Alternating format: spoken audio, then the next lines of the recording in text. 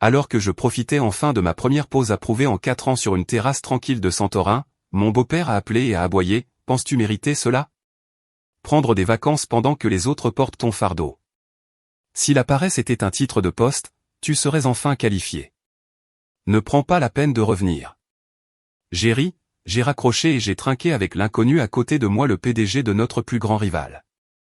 À mon retour à la maison, le chaos a suivi. J'ai regardé Cole Blackwood accepter les félicitations pour un contrat qui, je le savais, détruirait l'entreprise, et je ne pouvais plus respirer. Nous étions dans la salle de conférence exécutive un mardi matin, moi à ma place habituelle dans le coin du fond, Cole en bout de table dans son costume sur mesure. Les membres du conseil d'administration applaudissaient comme s'ils venaient de sauver le monde. « Messieurs, dit-il, parce qu'il disait toujours « messieurs », même si 3 femmes siégeaient dans cette pièce. Nous avons obtenu le contrat Lansigne, 42 millions de revenus. Nous avons battu Meridian Dynamics en proposant une offre inférieure de 40%. Avant de continuer, merci d'être là. Si l'histoire d'Avry vous interpelle, n'hésitez pas à vous abonner. Nous sommes si près des 100 000 abonnés, et j'espère que nous atteindrons ce chiffre avant le réveillon du Nouvel An. C'est gratuit et cela aide ces histoires à atteindre plus de femmes qui en ont besoin. Maintenant, voyons ce qui se passe ensuite. Mon stylo s'est enfoncé dans mon bloc-notes si fort qu'il a déchiré le papier. J'avais modélisé cette offre de 6 manières différentes. Chaque scénario montrait le même résultat, nous perdrions de l'argent. Les marges ne pouvaient pas supporter les délais. J'avais rédigé une analyse de risque de 12 pages il y a 3 semaines et j'avais expliqué chaque graphique et projection à Cole. Il y avait jeté un coup d'œil pendant 30 secondes avant de la jeter sur son bureau. « Tu penses trop petit, Avry. C'est comme ça qu'on écrase la concurrence. » Maintenant, il se tenait là, acceptant des éloges pour une décision qui allait vider Blackwood Manufacturing de son sang. Et mon mari, Gareth, était assis de l'autre côté de la table, me lançant ce regard la mâchoire serrée, un léger signe de tête négatif. « Ne remets pas en question ton père. Pas maintenant. Jamais. » Pendant 4 ans, j'avais travaillé 70 heures par semaine, effectuant une stratégie de niveau directrice financière pour un salaire d'analyste senior, tandis que le nom de Cole figurait sur chaque communiqué de presse. 4 ans à être l'architecte invisible derrière chaque victoire financière, à regarder des hommes s'attribuer le mérite de mon travail. 4 ans à me faire de plus en plus petite, espérant que quelqu'un verrait enfin ma valeur. Ce matin-là, en regardant Cole célébrer un contrat qui prouverait que j'avais eu raison depuis le début, j'ai réalisé quelque chose, il voyait ma valeur, il ne voulait simplement pas la payer. Et quand j'ai enfin pris mes premières vacances en 4 ans 10 jours que j'avais demandé 4 mois à l'avance, approuvé par écrit, Cole Blackwood m'a appelé à Santorin et m'a licencié pour avoir abandonné mes responsabilités. Il pensait mettre fin à ma carrière. Il n'avait aucune idée qu'il venait de me libérer. Mais je brûle les étapes. Ce mardi matin, dans la salle de conférence, je suis resté assise en silence pendant que Cole terminait son discours de victoire. Les membres du conseil d'administration se levaient pour lui serrer la main, lui tapant sur l'épaule. Mon analyse, celle qui montrait que nous perdrions au moins 3 millions sur ce contrat, se trouvait probablement encore sur son bureau, enterrée sous des magazines de golf et des prix de l'industrie gravés à son nom. Gareth a croisé mon regard alors que tout le monde sortait. Il s'est approché, desserrant sa cravate, avec cette expression prudente sur le visage que j'avais appris à lire au cours de 4 années de mariage. « Ne fais pas ça, dit-il doucement. »« Ne fais pas quoi ? » ?»« Ne commence pas avec tes « je te l'avais dit. » Papa est heureux. Le conseil est heureux. Laisse couler. J'ai fermé mon bloc-notes, la page déchirée froissant sous mes doigts. Gareth, nous allons perdre de l'argent sur ce contrat. Des millions. Le calendrier d'exécution à lui seul. Avry. Sa voix est descendue d'un ton, presque comme un avertissement. Papa fait ça depuis 30 ans. Il sait ce qu'il fait. J'ai fait les calculs. Tu as fait des projections. Papa opère dans le monde réel.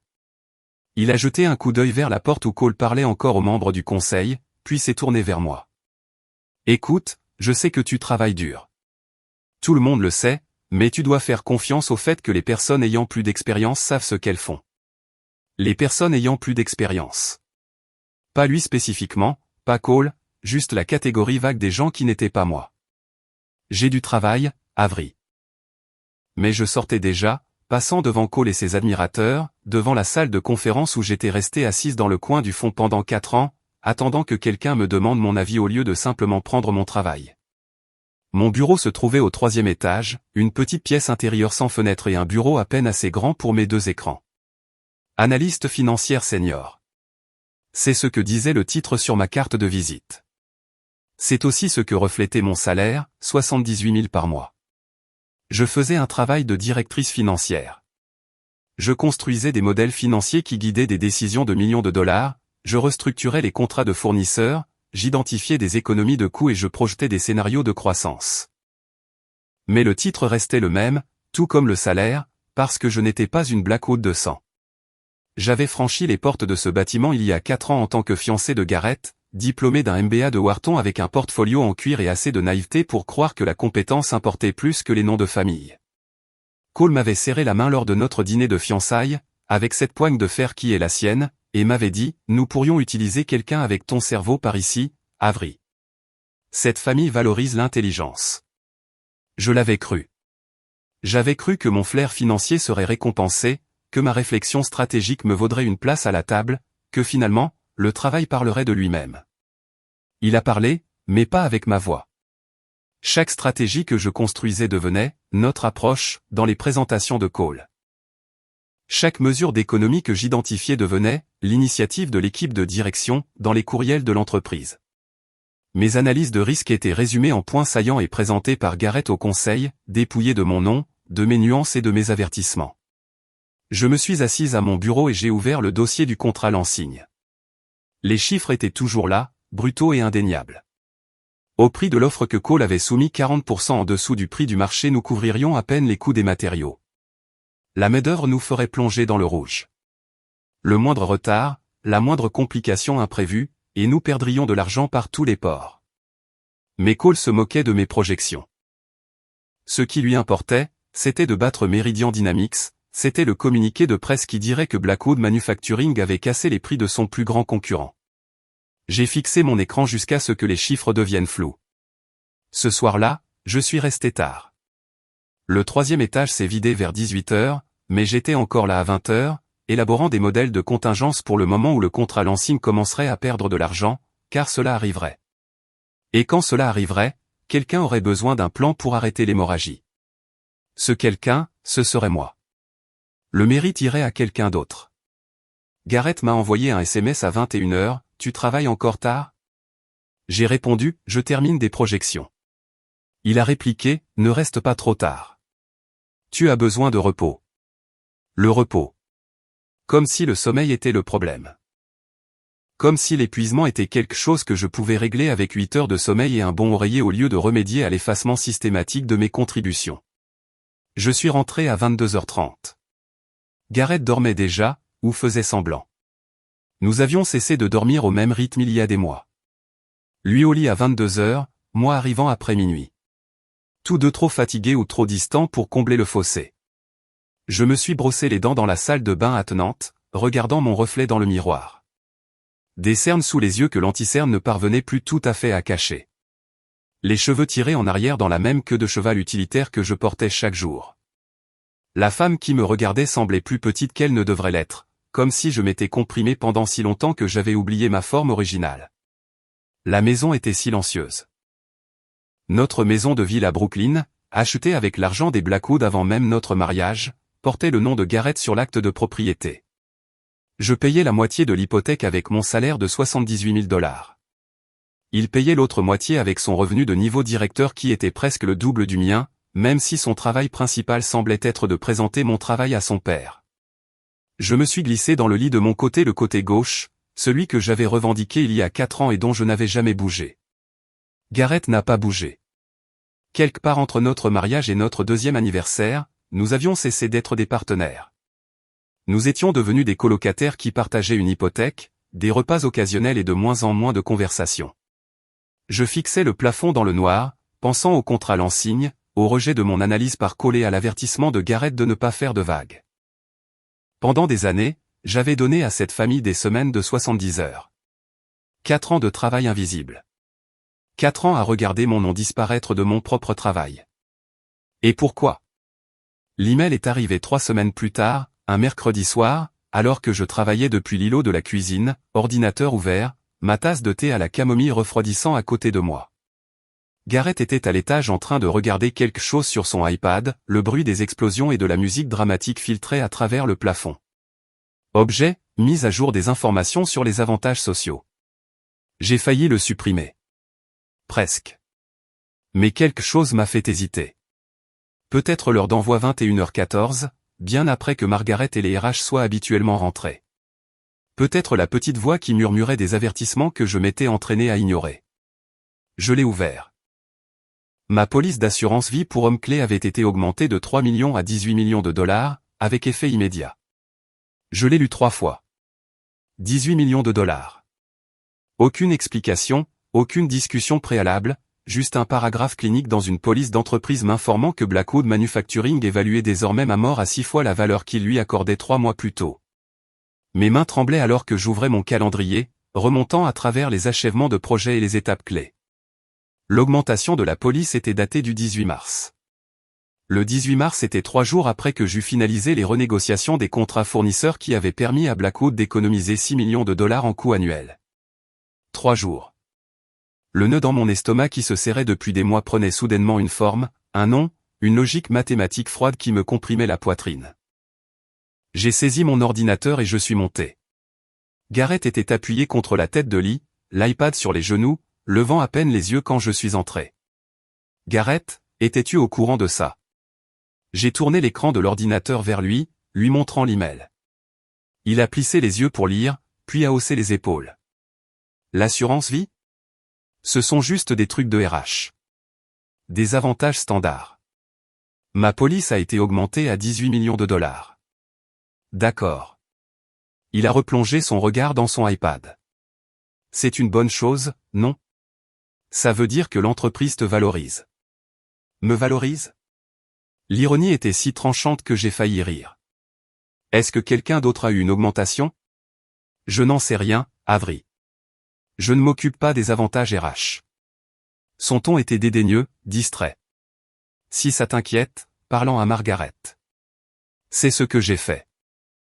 Le lendemain matin, je suis descendu au bureau des RH au 3e étage, une pièce exiguë avec des classeurs et un bureau où Margaret était assise depuis 23 ans, regardant les enfants Blackwood devenir des cadres Blackwood. Margaret, je dois poser une question sur mon assurance vie. Elle a levé les yeux de son ordinateur et quelque chose a traversé son visage. De l'inconfort, peut-être de la culpabilité. Ta police? Oui. Monsieur Blackwood a autorisé l'augmentation le mois dernier. Pourquoi? Elle a brassé des papiers sur son bureau, évitant mon regard. Il a dit que c'était standard pour les cadres effectuant un travail à haute valeur ajoutée. Je ne suis pas une cadre. Tu exerces des responsabilités de niveau exécutif. Les mots semblaient répétés. Est-ce que quelqu'un d'autre a reçu une augmentation? Ses mains se sont immobilisées. Le silence s'est étiré. Avery, je ne suis pas autorisé à discuter des avantages des autres employés. Je suis désolé. J'ai quitté son bureau le cœur battant, ce nœud dans mon estomac se serrant de plus en plus jusqu'à ce que je croie que j'allais être malade. 18 millions de dollars. 3 jours après avoir fait économiser 6 millions à l'entreprise. Et 2 semaines plus tard, Cole Blackwood m'appelait dans son bureau pour me confier ma première mission d'audit opérationnel. Le bureau de Cole était fait d'acajou et de cuir, avec des baies vitrées donnant sur la silhouette de Boston. Je me tenais devant son bureau un vendredi après-midi à la fin du mois de mai, les mains jointes devant moi, attendant qu'il termine un email. Il n'a pas levé les yeux pendant 2 minutes entières. Quand il l'a finalement fait, son expression était neutre, professionnelle. J'ai besoin que tu fasses une inspection de sécurité à l'usine des Nîmes. Mardi soir, pendant le 2e quart de travail. J'ai froncé les sourcils. N'est-ce pas la responsabilité des opérations? Tu parles toujours d'efficacité des coûts. Il s'est adossé à sa chaise, les doigts croisés. Je veux une perspective financière pour savoir si nous investissons trop dans les protocoles de sécurité. Un regard neuf. Quelque chose me semblait anormal. Mais j'ai dit oui, parce que c'est ce que je faisais toujours. L'usine des Nîmes avait 30 ans. Tout n'était que béton et machines métalliques exposées qui rugissaient et s'entrechoquaient selon des rythmes qui semblaient agressifs. J'ai parcouru le sol seul pendant 3 heures avec un porte-bloc et des bottes à embout d'acier qui n'arrêtaient pas de glisser sur le béton taché d'huile. Un chariot élévateur est passé si près que j'ai senti le vent qu'il déplaçait. Le conducteur n'a même pas tourné la tête. 2 semaines plus tard, Cole m'a envoyé à Somerset.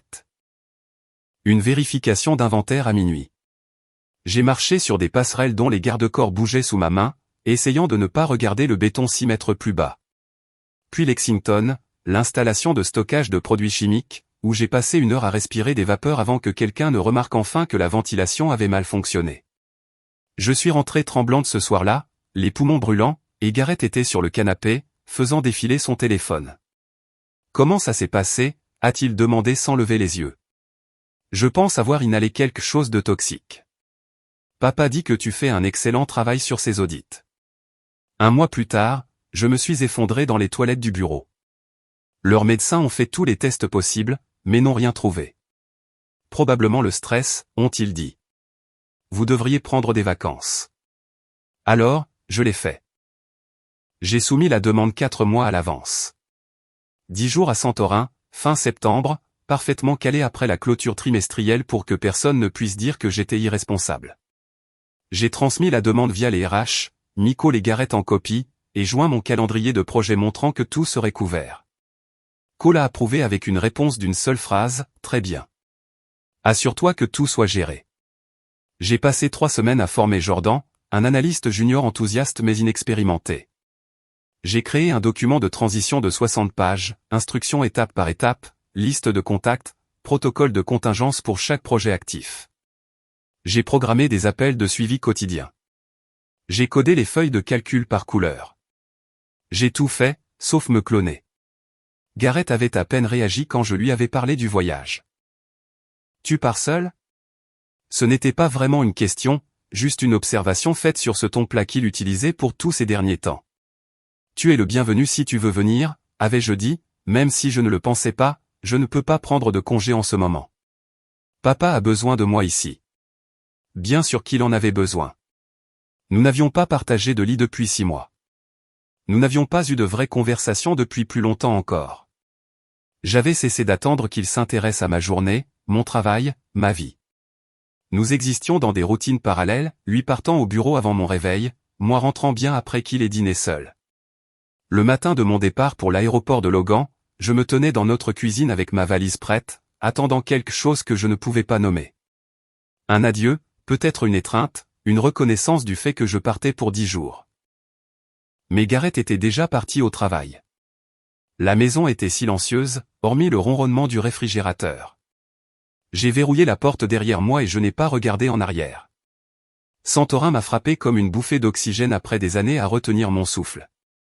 La lumière était différente, dorée et d'une douceur impossible, rien à voir avec le gris perpétuel de Boston. Je séjournais dans un petit hôtel à flanc de falaise à Oya, tenu par une femme nommée Katharina, qui m'apportait chaque matin du yaourt frais et du miel sur ma terrasse et ne me demandait jamais pourquoi je voyageais seul. J'ai passé les 2 premiers jours à pleurer de gros sanglots sur ma terrasse privée surplombant la caldeira, pleurant une version de moi-même que j'avais enterrée si profondément que j'avais oublié son existence. La femme qui avait obtenu son diplôme de Wharton avec les honneurs et des ambitions. La femme qui avait cru que la compétence comptait plus que les noms de famille. La femme qui avait pensé que le mariage signifiait le partenariat. Au 3e jour, quelque chose a changé. J'ai commencé à respirer différemment, plus profondément, plus lentement, comme si mes poumons se souvenaient de leur capacité réelle. J'ai parcouru les ruelles pavées étroites sans destination précise. J'ai mangé du poulpe grillé dans de petites tavernes où personne ne connaissait mon nom. J'ai bu de l'assyrtiko qui avait un goût de minéraux, de sel et de liberté.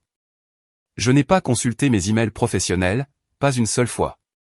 Garrett a envoyé un seul SMS le 2e jour, « J'espère que tu es bien arrivé. » Je n'ai pas répondu.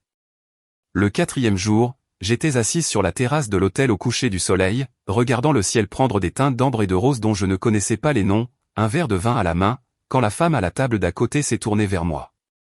Elle était plus âgée, la fin de la 50aine peut-être, avec des cheveux châtains striés d'argent relevés en un nœud élégant et des lunettes de soleil surdimensionnées qui, d'une certaine manière, la rendaient plus sophistiquée plutôt que dissimulée. « Vous avez l'air de quelqu'un qui vient de se souvenir qu'elle a le droit d'exister, » dit-elle. J'ai ri, surprise par le son de ma propre voix. Est-ce si évident?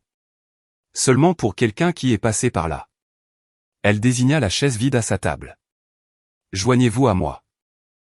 Elle s'appelait Wyatt Brennan, et elle avait ce genre de présence qui vous fait vous redresser sans que vous vous en rendiez compte. Pas intimidante, exactement, mais imposante d'une manière qui semblait mériter plutôt que jouer. Nous avons parlé de la Grèce, des voyages, de la magie particulière de la lumière de Santorin. Des sujets sûrs, des sujets faciles. Puis mon téléphone a commencé à vibrer sur la table. Le nom de Cole s'est affiché sur l'écran. Une fois, 2 fois, 3 fois. J'ai ignoré. Wyatt a haussé un sourcil. Quelqu'un est persistant.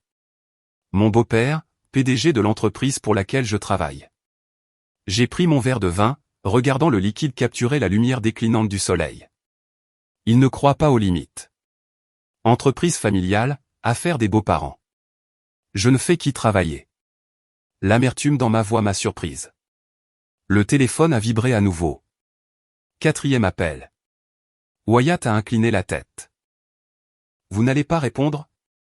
Quelque chose dans son ton de la curiosité, peut-être, ou simplement la permission d'une inconnue qui n'avait aucun intérêt dans mes choix m'a poussé à décrocher. J'aurais dû laisser sonner. Allô? Penses-tu mériter cela? La voix de Cole a explosé dans le haut-parleur si fort que Wyatt pouvait l'entendre clairement. Si fort que le couple 3 tables plus loin s'est retourné. Prendre des vacances pendant que les autres portent ton fardeau. Tu es parti depuis 3 jours et le contrat Lansing est en train d'imploser parce que tu n'étais pas là pour nettoyer les dégâts. 4 ans de conditionnement m'ont fait répondre automatiquement, la voix ferme même si mon cœur battait à tout rompre. Cole, j'ai laissé un document de transition de 60 pages. J'ai formé Jordan pendant 3 semaines. Tout est couvert. Jordan est incompétent. C'est toi qui gères les chiffres. Avery, tu es la directrice financière. Quelque chose s'est brisé en moi. Quelque chose qui pliait depuis 4 ans sous le poids du travail invisible, du mérite volé et des révisions salariales qui n'arrivaient jamais. Je suis l'analyste financière senior qui fait un travail de directrice financière pour la moitié du salaire et 0 reconnaissance, ai-je dit, ma voix plus froide que je ne l'avais jamais entendue. Et je suis en vacances à prouver. Silence à l'autre bout, le genre de silence dangereux. Puis sa voix est revenue, calme et venimeuse. Si la paresse était un titre de poste, tu serais enfin qualifié. Ne prends pas la peine de revenir. Tu es viré. La ligne a coupé. Je suis resté assise là, tenant mon téléphone, fixant la caldeira qui s'assombrissait, et j'ai senti quelque chose d'étrange m'envahir. Pas de l'effondrement, pas de la peur du soulagement. Puis je me suis mise à rire. Cela a commencé doucement, une expiration choquée, puis s'est transformé en quelque chose de plus grand, de plus sauvage, de plus libérateur que tout ce que j'avais ressenti en 4 ans. Le genre de rire qui vient d'un endroit si profond que l'on avait oublié qu'il existait. Wyatt m'observait avec une expression que je n'arrivais pas tout à fait à déchiffrer. Elle a levé son verre de vin, ses lèvres s'étirant en un sourire complice. À la libération, dit-elle. J'ai choqué mon verre contre le sien, riant encore, me sentant plus légère que je ne l'avais été depuis des années. À la libération. Nous avons commandé une autre bouteille de vin et regardé le soleil finir de se coucher, peignant les bâtiments blancs d'Oya de nuances roses et dorées. Et alors, j'ai commencé à parler. Je lui ai dit des choses que je n'avais jamais prononcées à voix haute. Comment Cole faisait miroiter le titre de directrice financière comme un appât pendant 4 ans tout en s'attribuant le mérite de chaque stratégie que je construisais. Comment Garrett s'était lentement transformé de partenaire en marionnette, faisant écho au mépris de son père. Comment j'avais fait économiser 6 millions de dollars à Blackwood lors des négociations avec les fournisseurs et m'étais fait dire que j'étais, trop émotive, pour la direction. Comment ma police d'assurance vie avait été augmentée à 18 millions de dollars 3 jours après cette économie. Comment Cole avait commencé à m'envoyer faire des audits en solo dans des installations aux équipements défectueux.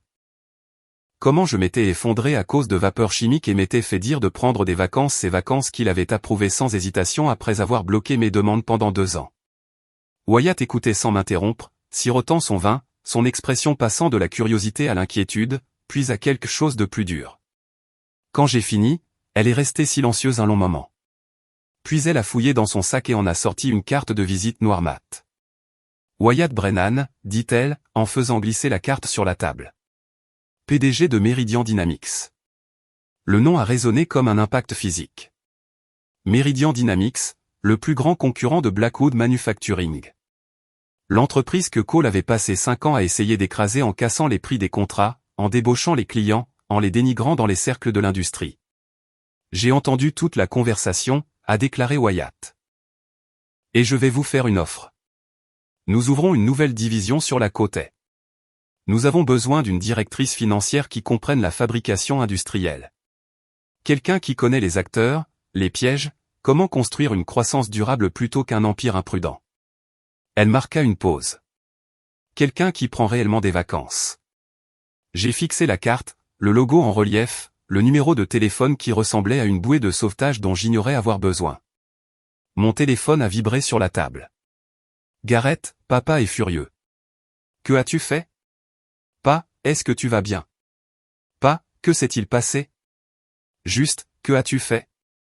Comme si j'avais commis un péché impardonnable en répondant à mon téléphone pendant mes vacances approuvées.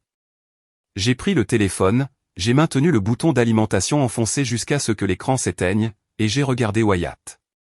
Dites-moi plus.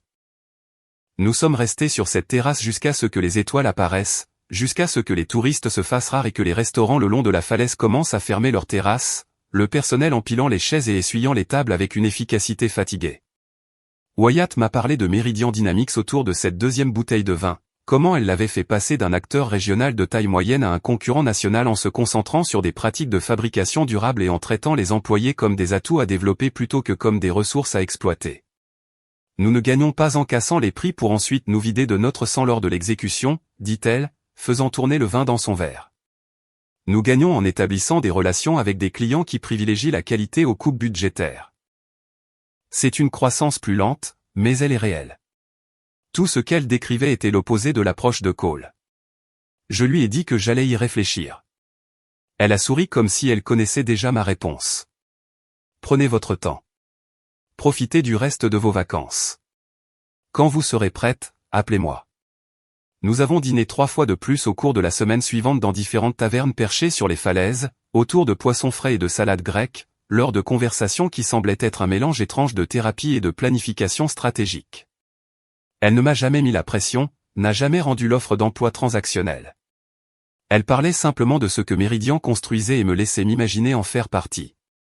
Lors de ma dernière nuit à Santorin, nous nous sommes rencontrés dans un petit restaurant à Phoenicia, loin de la foule des touristes.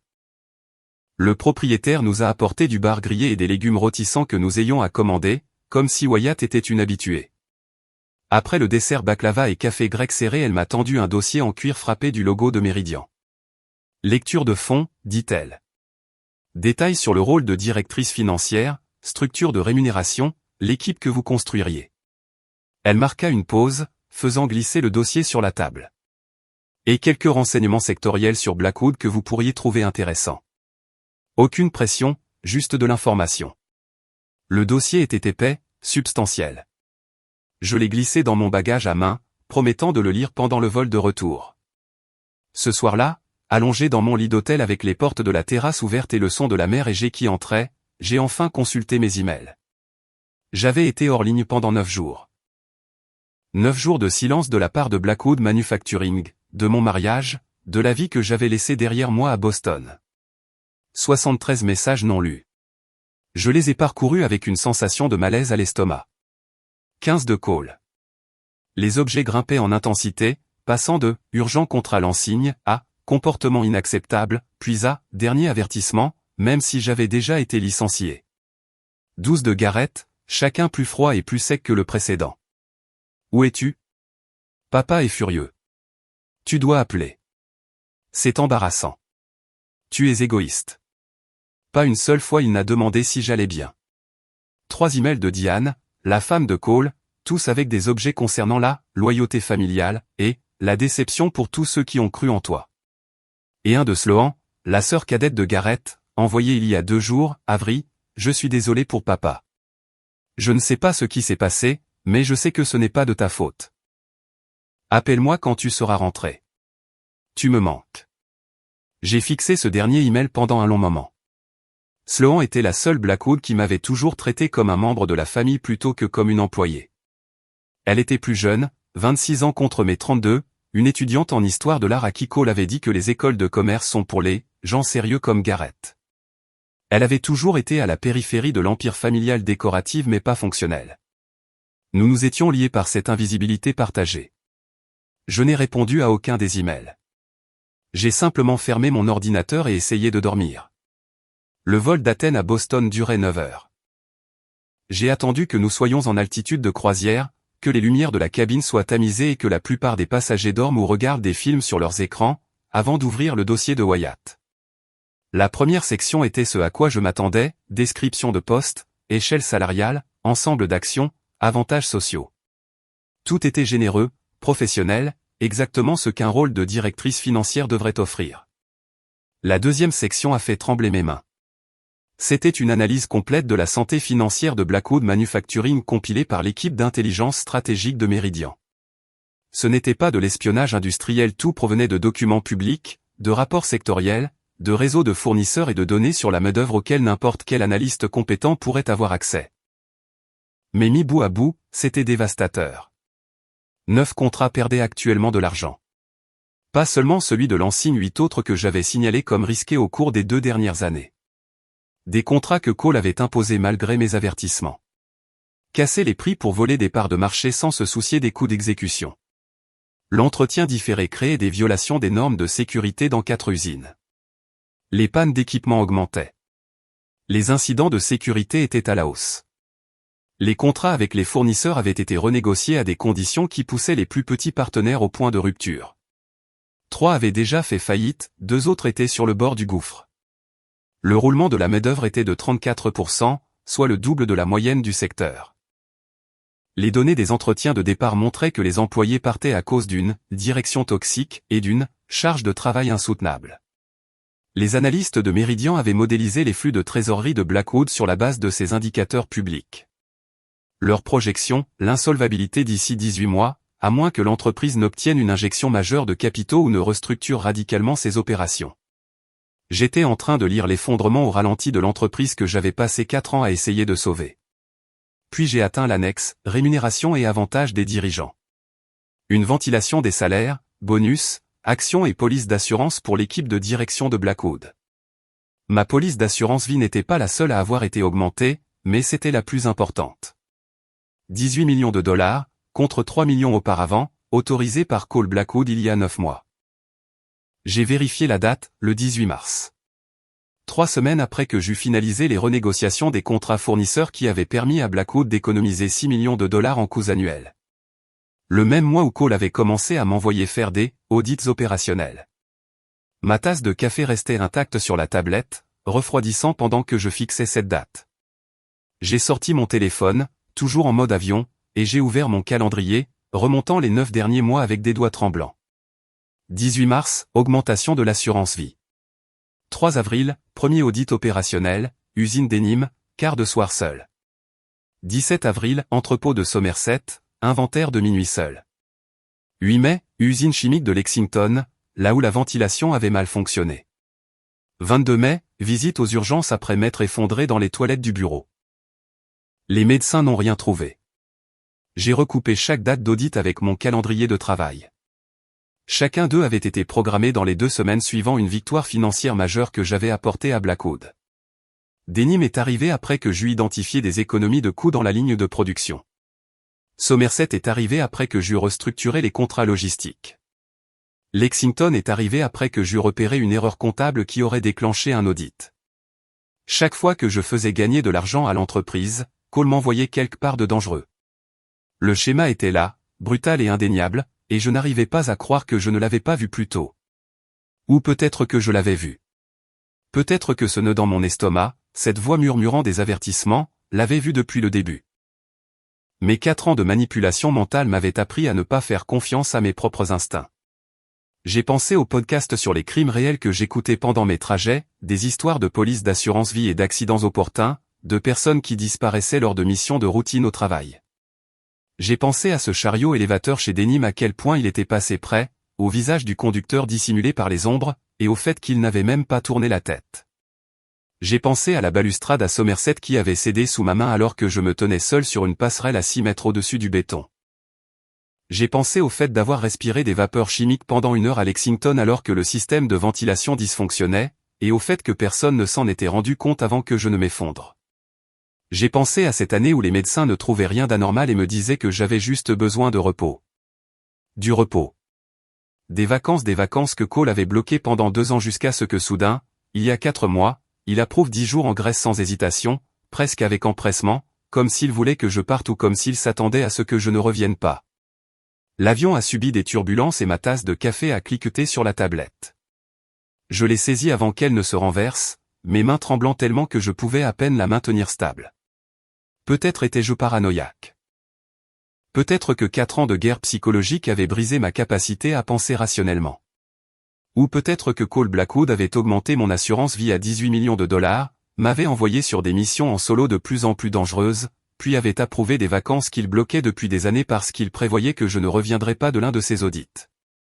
Et quand cela n'avait pas fonctionné assez vite, il m'avait licencié à la place. L'avion a commencé sa descente vers Logan juste après 23 heures.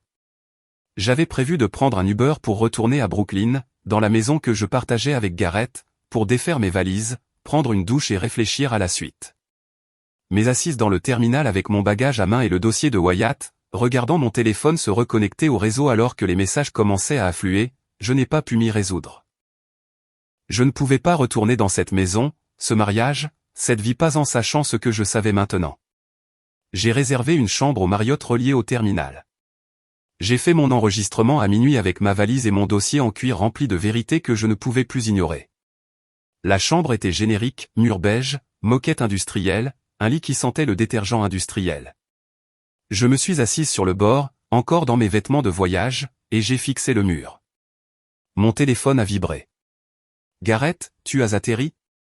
Il faut qu'on parle. Pas de, tu m'as manqué. Pas de, est-ce que tu vas bien? Pas de, bon retour. Juste, il faut qu'on parle, comme si j'étais un problème à gérer plutôt qu'une femme rentrant de vacances. J'ai répondu, je reste à l'hôtel ce soir. Je passerai demain pour prendre quelques affaires. Sa réponse est arrivée en quelques secondes, sérieusement? Tu es dramatique. Dramatique. 4 ans de travail invisible, une police d'assurance vie de 18 millions de dollars, une série de missions dangereuses liées à mes succès, un licenciement pendant des vacances approuvées, et c'était moi qui étais dramatique. J'ai éteint mon téléphone, je me suis allongé sur les oreillers rigides de l'hôtel et j'ai fixé le plafond. Pour la première fois en 4 ans, j'ai ressenti quelque chose de proche de la clarté. Cole Blackwood m'avait licencié. Peut-être avait-il essayé de me tuer. Quoi qu'il en soit, j'en avais fini de jouer selon ses règles. J'ai mal dormi cette nuit-là, me réveillant chaque heure pour fixer le plafond de l'hôtel et écouter le bruit étouffé des voyageurs faisant rouler leurs bagages devant ma porte. À 6 heures du matin, j'ai abandonné et j'ai pris une douche trop chaude, restant sous l'eau brûlante jusqu'à ce que ma peau devienne rose et que je me sente presque humaine. J'avais besoin de vêtements, d'articles de toilette, du chargeur de mon ordinateur, les bases de l'existence, ce qui signifiait retourner à la maison. Je suis arrivé à 10 heures, garant ma voiture de location dans la rue parce que l'allée était pleine. 4 voitures, la BMW de Garrett, le Range Rover de Cole, la Tesla blanche de Diane et l'Audi de Sloan. Mon estomac s'est noué. Une intervention. Je suis resté assise dans la voiture pendant 1 minute entière, les mains serrées sur le volant, me demandant s'il ne fallait pas simplement repartir. Mais j'avais besoin de mes affaires, et une partie de moi, celle qui avait passé 4 ans à essayer de prouver sa valeur à ces gens, voulait les affronter. La porte d'entrée s'est ouverte avant que je ne l'atteigne. Garrett se tenait là en pantalon kaki et chemise boutonnée, les bras croisés, l'expression tendue et illisible. On t'attendait. Pas de « bonjour ». Pas de « comment vas-tu ». Juste « on t'attendait », comme si j'étais en retard à une réunion à laquelle je n'avais jamais accepté d'assister. Je suis entré sans répondre. Ils étaient tous réunis dans la salle à manger comme un tribunal. Cole était en bout de table dans son costume sur mesure, les mains jointes sur le bois poli. Diane était à sa droite, parfaitement coiffée, des perles au cou, affichant cette sympathie feinte qu'elle déployait lors des événements caritatifs. Sloan était en retrait dans un coin, l'air misérable, des cernes sous les yeux. Garrett a désigné une chaise vide. « Assieds-toi. » Je suis resté debout. Je suis juste venu chercher quelques vêtements. « Assieds-toi, Avery. » La voix de Cole avait ce ton de commandement qu'il utilisait lors des conseils d'administration, celui qui exigeait une obéissance immédiate. Je n'ai pas bougé. Il s'est adossé, m'étudiant de ses yeux gris et froids. As-tu apprécié ton petit caprice en Grèce? Ce n'était pas un caprice. C'était des vacances, approuvées par écrit il y a 4 mois. Il a balayé cela d'un geste de la main comme si c'était hors sujet. Tu as abandonné tes responsabilités. Le contrat Lansing est en train de s'effondrer. Jordan n'a pas pu gérer ce que tu as laissé derrière toi. Le contrat Lansing allait toujours s'effondrer, Cole. Je te l'ai dit dans une analyse de risque de 12 pages. Tu l'as ignoré. La pièce est devenue très silencieuse. On ne contredisait pas Cole Blackwood ni en sa présence, ni devant la famille. C'était la première règle que j'avais apprise en me mariant dans cette dynastie. La mâchoire de Garrett s'est crispée. Il a fait un pas vers moi, la voix basse étendue. Avery, tu es une analyste senior, pas la directrice financière. Tu n'as pas à remettre en question la stratégie de la direction. C'était là, 4 ans de sous-entendu enfin formulés à voix haute. Je l'ai regardé, cet homme que j'avais épousé, qui m'avait promis que nous serions partenaires, qui avait dit que l'entreprise de sa famille avait besoin de perspectives nouvelles et qu'ensemble nous construirions quelque chose de significatif. L'homme qui s'était lentement transformé en l'écho de son père. Tu as raison, ai-je dit calmement. Je ne suis pas la directrice financière. Je fais juste tout le travail de l'une d'elles pour la moitié du salaire et aucun crédit. Mon erreur a été de penser que cela pourrait réellement compter pour l'un d'entre vous. La voix de Diane s'est élevée de la table, douce et tranchante. Avery, nous t'avons tellement donné. Une place dans cette famille, des opportunités dont la plupart des gens seraient reconnaissants, la sécurité. Cette ingratitude est vraiment choquante. J'ai ri. Le son était rauque et amer. Des opportunités? C'est comme ça que vous appelez le fait de travailler 70 heures par semaine tout en s'entendant dire que je suis trop émotive pour diriger? De voir mes stratégies présentées au conseil sous le nom d'autres personnes? Je me suis tourné pour regarder Cole directement. Ou peut-être parlez-vous de l'opportunité de risquer ma vie en faisant des audits de sécurité en solo dans des installations avec du matériel défectueux juste après que vous ayez augmenté ma police d'assurance vie à 18 millions de dollars? L'expression de Cole est devenue soigneusement vide. Trop soigneusement. C'est une couverture de direction standard pour le personnel de haute valeur. Je ne suis pas une dirigeante. Je suis une analyste senior. Vous l'avez rendu très clair. J'ai croisé les bras. Et le timing est intéressant. L'augmentation a été autorisée 3 semaines après que j'ai fait économiser 6 millions de dollars à l'entreprise lors de négociations avec les fournisseurs. Le même mois, vous avez commencé à m'envoyer seul dans des installations dangereuses. Sloan s'est levé soudainement, sa chaise grinçant sur le parquet. Papa, de quoi parle-t-elle? Cole lui a lancé un regard d'avertissement. Sloan, cela ne te concerne pas, assieds-toi. Mais Sloan me fixait, le visage pâle. Avery, que veux-tu dire? Quelle police d'assurance vie? J'ai sorti mon téléphone, ouvert l'email des RH que j'avais sauvegardé, et je l'ai fait glisser sur la table vers elle. Elle l'a pris, l'a lu, et tout le sang a quitté son visage. Garrett a arraché le téléphone de sa main. C'est une politique d'entreprise de routine. Tu es en train de la transformer en quelque chose qu'elle n'est pas, alors pourquoi la police de personne d'autre n'a-t-elle été augmentée? Ma voix était stable maintenant, froide d'une clarté que je n'avais pas ressentie depuis des années. Pourquoi les audits dangereux ont-ils commencé juste après? Pourquoi me suis-je effondré à cause de vapeurs chimiques à Lexington? Pourquoi les médecins de l'entreprise n'ont-ils rien trouvé d'anormal mais m'ont dit que j'avais besoin de vacances, des vacances que Cole bloquait depuis 2 ans jusqu'à ce que, soudainement, ils ne puissent plus les approuver assez vite? Le silence s'était installé autour de la table. Je pouvais les voir analyser, calculer. L'expression de sympathie feinte de Diane s'est muée en quelque chose de plus dur. La confusion défensive de Garrett luttait avec le doute. L'horreur naissante de Sloan se lisait sur son visage alors qu'elle passait de moi à son père. Seul Cole restait calme. Trop calme. Ses doigts étaient toujours croisés sur la table, sa posture détendue, mais ses yeux étaient devenus ternes et dangereux. Tu es paranoïaque, dit-il. 4 ans de stress ont clairement pesé sur ta santé mentale. Ne fais pas ça. Le mot est sorti plus brusquement que je ne l'avais prévu. Ne me manipule pas. Pas maintenant.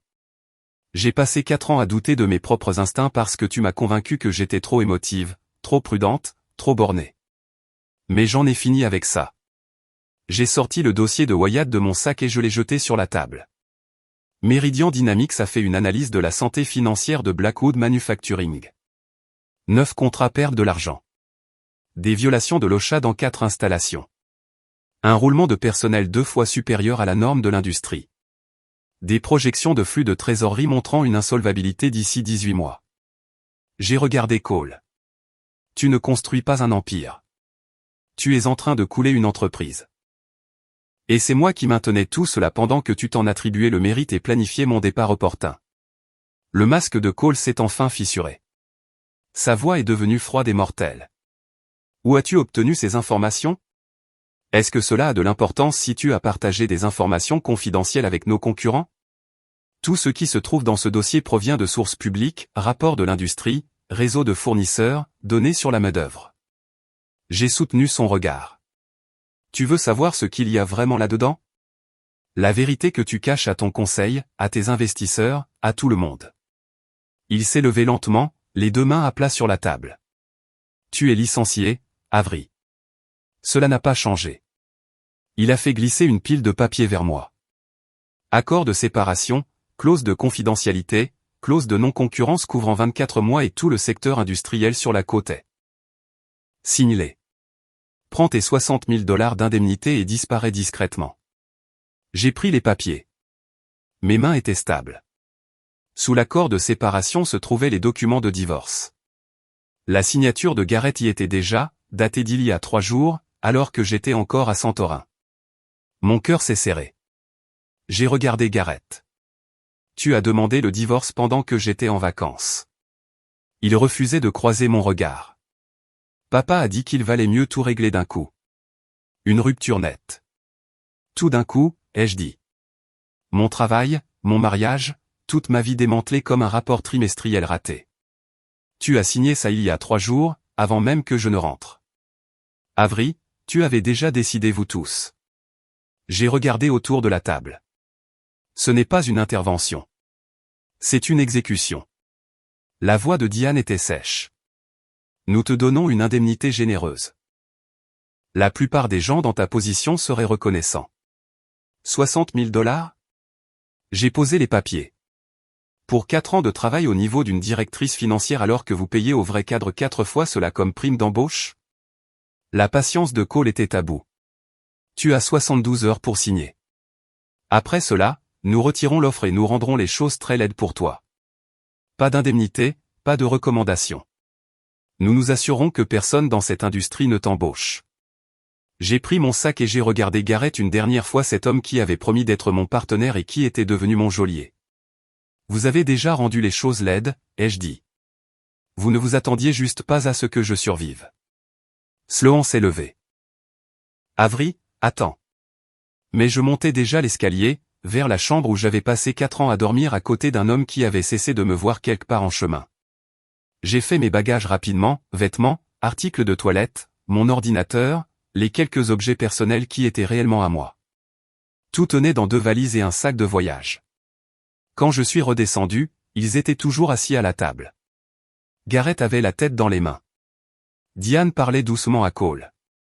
Sloan fixait son téléphone. Elle a levé les yeux quand je suis passé, les yeux rouges. Je me suis arrêté et j'ai articulé silencieusement, je suis désolé, parce qu'elle était la seule à ne m'avoir jamais traité comme si j'étais temporaire. Puis je suis sorti de cette maison sans regarder derrière moi. J'ai chargé mes sacs dans la voiture de location, mes mains tremblant maintenant que l'adrénaline retombait. Je me suis assise sur le siège conducteur, le moteur tournant, fixant la maison à laquelle je n'avais jamais vraiment appartenu. Mon téléphone a vibré. Un SMS de Sloan, je te crois. Je suis tellement désolé.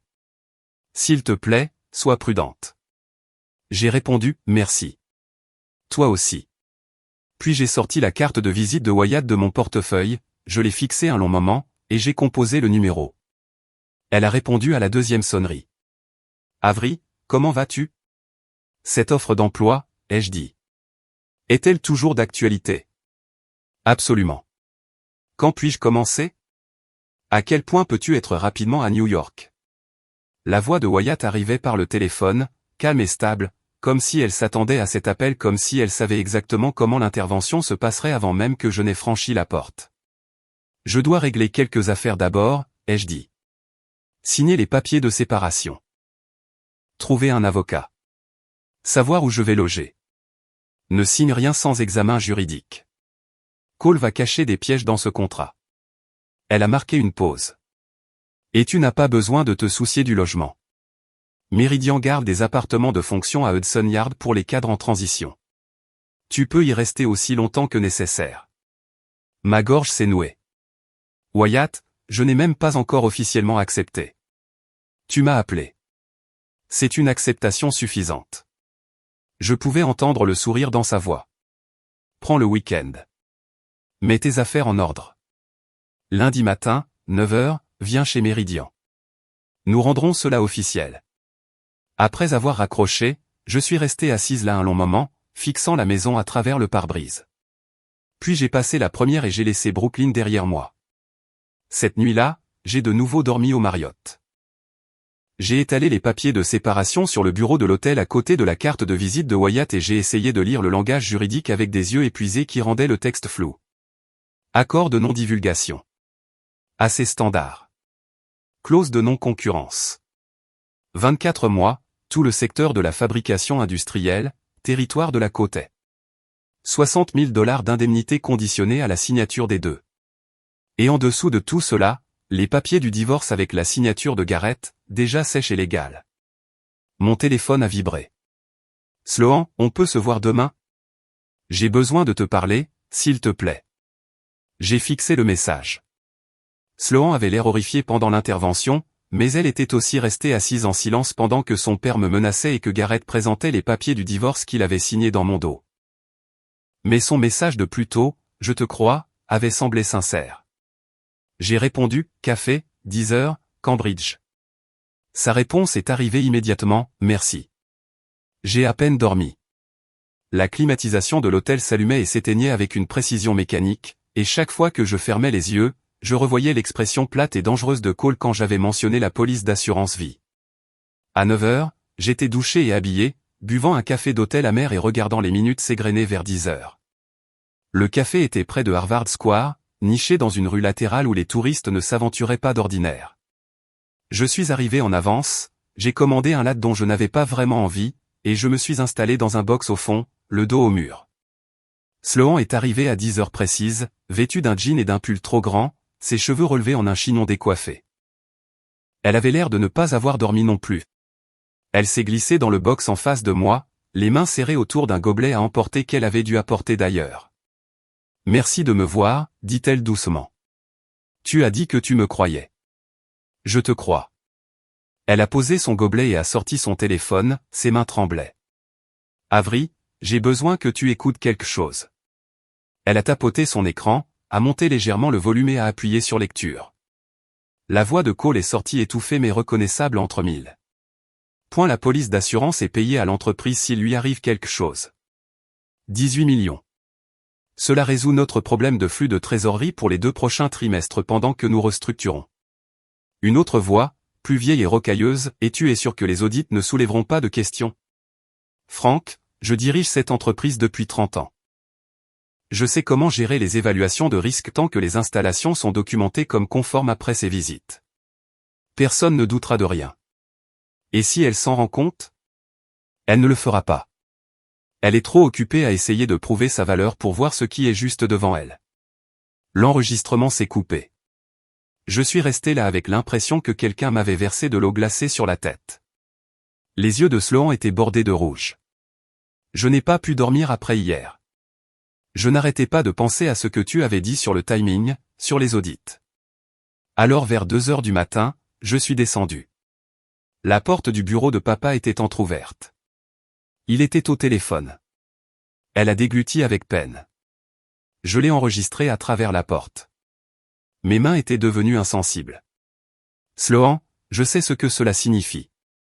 Je sais ce qu'il prévoyait. Sa voix s'est brisée. Avery, je pense que mon père a essayé de te tuer. Les mots flottaient entre nous, crus et terribles.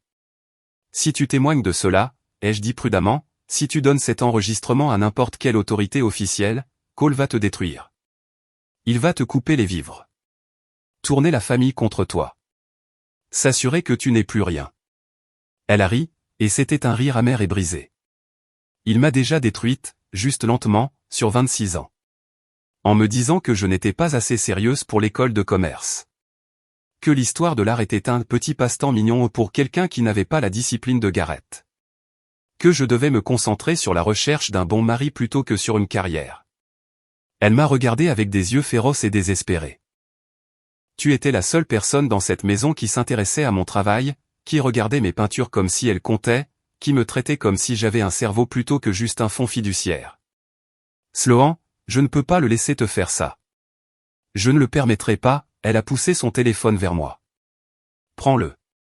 Copie l'enregistrement. Utilise-le comme tu en as besoin.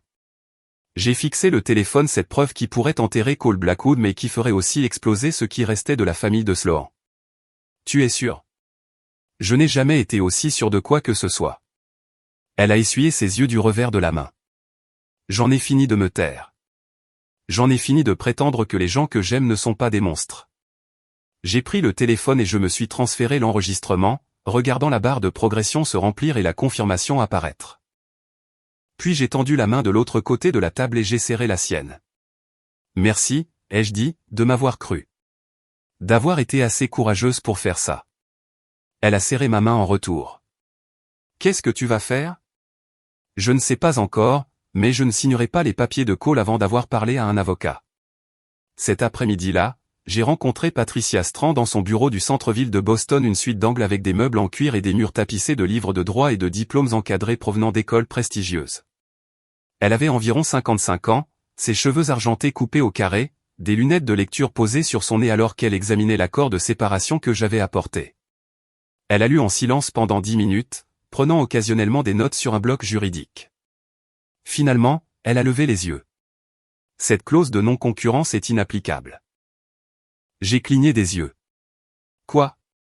Vous avez été licencié pendant un congé approuvé. C'est un licenciement punitif, ce qui viole le droit du travail du Massachusetts. La clause de non-concurrence est excessivement large, 24 mois couvrant tout un secteur industriel est une restriction commerciale déraisonnable. Elle a tapoté le document. Si Cole essaie de faire appliquer cela, nous contre-attaquerons pour licenciement abusif, et je m'assurerai que chaque détail ressorte lors de la procédure, la police d'assurance vie, les audits dangereux, tout le schéma directeur. Alors, je peux simplement l'ignorer? Non, signez-le. Prenez l'argent de l'indemnité. Laissez Cole penser qu'il a gagné. Elle a souri, d'un air vif et entendu. Ensuite, allez travailler pour Meridian Dynamics. Quand il essaiera inévitablement de vous poursuivre pour rupture de contrat, nous le détruirons au tribunal et vous finirez probablement avec un règlement bien plus important. Et le divorce? Elle a tourné les pages. Non contesté. Sans tort exclusif. Vous ne demandez rien d'autre que la dissolution du mariage. Signez-le. Tournez la page. Il ne vaut pas la peine qu'on se batte pour lui. J'ai tout signé cet après-midi-là. L'accord de séparation, les papiers du divorce, tout. Patricia a déposé les documents pendant que j'étais assise dans son bureau à boire de l'eau dans un gobelet en carton, avec l'impression de me débarrasser d'une peau dans laquelle j'avais été piégée pendant 4 ans. Quand je suis sorti de son immeuble, l'air de septembre semblait différent, plus léger. J'ai conduit jusqu'à New York ce soir-là 3h30 sur l'île 95 avec toute ma vie emballée dans 2 valises et un sac de voyage, l'enregistrement de Sloan sauvegardé à 3 endroits différents, et la carte de visite de Wyatt dans mon portefeuille. L'appartement de fonction était au 42e étage d'une tour de verre à Hudson Yard. Une chambre, des baies vitrées du sol au plafond, des meubles de bon goût et temporaires. C'était 2 fois la taille de mon bureau chez Blackwood et cela ressemblait à un palais. Je me tenais devant ces fenêtres le dimanche soir, regardant les lumières de la ville se refléter sur l'Hudson River, la silhouette de la ville s'étendant dans toutes les directions comme une promesse que j'avais enfin le droit de croire. Mon téléphone a vibré. Wyatt, prête pour demain? J'ai répondu, prête. Un autre message est apparu. Sloan, j'ai dit à maman et papa que je déménageais à New York. Papa ne l'a pas bien pris, mais j'en ai fini de vivre dans cette maison. Merci de m'avoir montré qu'il était possible de partir. J'ai souri, sentant quelque chose de chaud et de fier s'épanouir dans ma poitrine. Tu vas t'en sortir, ai-je tapé. Nous allons toutes les deux nous en sortir. Le lundi matin est arrivé avec un ciel dégagé et un air frais qui sentait la possibilité. J'ai mis mon meilleur costume bleu marine, cintré, professionnel et j'ai pris le métro jusqu'au bureau de Meridian dans Midtown. Le hall n'était que verre, acier et murs végétaux. La réceptionniste a souri quand j'ai donné mon nom. Mademoiselle Hale, Mademoiselle Brennan vous attend. 48e étage. L'ascenseur est monté dans l'immeuble, et à chaque étage je me sentais plus légère, plus solide, plus moi-même. Wyatt m'attendait dans son bureau d'angle, avec vue sur Central Park, vêtu d'un costume anthracite et affichant le même sourire confiant qu'à Santorin. « Bienvenue chez Meridian », dit-elle en me tendant la main. Je l'ai serrée, et sa poigne était ferme, chaleureuse et réelle. « Merci pour cette opportunité. Remercie-moi en construisant quelque chose de grand. » Elle a désigné un dossier en cuir sur son bureau. « Les contrats sont prêts quand tu le seras. » Et Avery? Cole Blackwood est sur le point d'apprendre que te licencier était la plus grande erreur de sa carrière. J'ai pris le stylo, j'ai signé mon nom, et j'ai senti les 4 dernières années se terminer enfin, véritablement. Pour mon premier jour chez Meridian, Wyatt m'a fait faire le tour du 48e étage, me présentant à des gens dont j'essayais désespérément de retenir les noms pendant que mon cerveau intégrait encore le fait que je travaillais réellement ici. Voici Avery Hale, notre nouvelle directrice financière, disait-elle à chaque arrêt. Et les gens souriaient, me serraient la main et disaient des choses comme « Nous avons entendu de très bonnes choses sur vous, et, ravi de travailler avec vous. » Personne ne me traitait comme si j'étais temporaire. Personne ne faisait comme si je devais prouver que je méritais d'être là. C'était déroutant. Mon bureau avait des fenêtres du sol au plafond surplombant l'Hudson River. De vraies fenêtres avec une lumière naturelle qui changeait tout au long de la journée. Je me suis tenu là ce premier après-midi, fixant simplement l'eau, les bateaux qui passaient, et le ciel qui n'était pas bloqué par des murs, des box sous le poids de 4 ans de travail invisible. Le travail en lui-même était stimulant mais collaboratif. J'ai passé la première semaine en réunion budgétaire, examinant les structures de coûts de Meridian, identifiant des opportunités d'efficacité sans démanteler les départements ou étrangler les fournisseurs. Les gens m'écoutaient quand je parlais, posaient des questions qui montraient qu'ils avaient réellement lu mon analyse au lieu de simplement survoler la synthèse.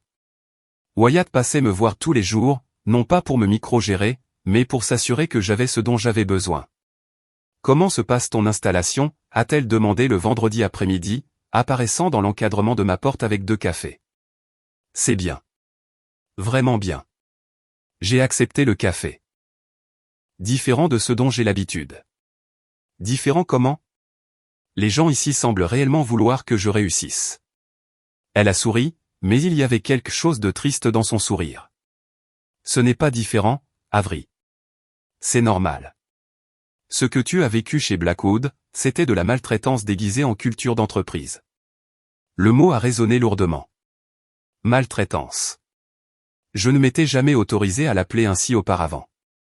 À la 3e semaine, j'avais établi un budget préliminaire pour la nouvelle division de la côte est, fait passer des entretiens à des candidats pour mon équipe financière, et restructuré des contrats de fournisseurs qui feraient économiser 2 millions de dollars par an à Meridian sans rompre les relations. Je travaillais de longues heures, mais elles semblaient différentes utiles au lieu d'être désespérées. À 18 heures, les gens commençaient à ranger leurs affaires et à rentrer chez eux. Personne n'envoyait de mail à minuit en attendant des réponses immédiates. Personne ne me faisait culpabiliser de prendre des pauses déjeuner. Le soir, je marchais le long de l'Hudson River Greenway, le téléphone en mode silencieux, respirant un air qui n'avait pas le goût de la peur. Garrett m'a envoyé 2 SMS en 3 semaines. Le premier, j'ai besoin de savoir quel meuble tu veux récupérer de la maison. J'ai répondu, garde tout.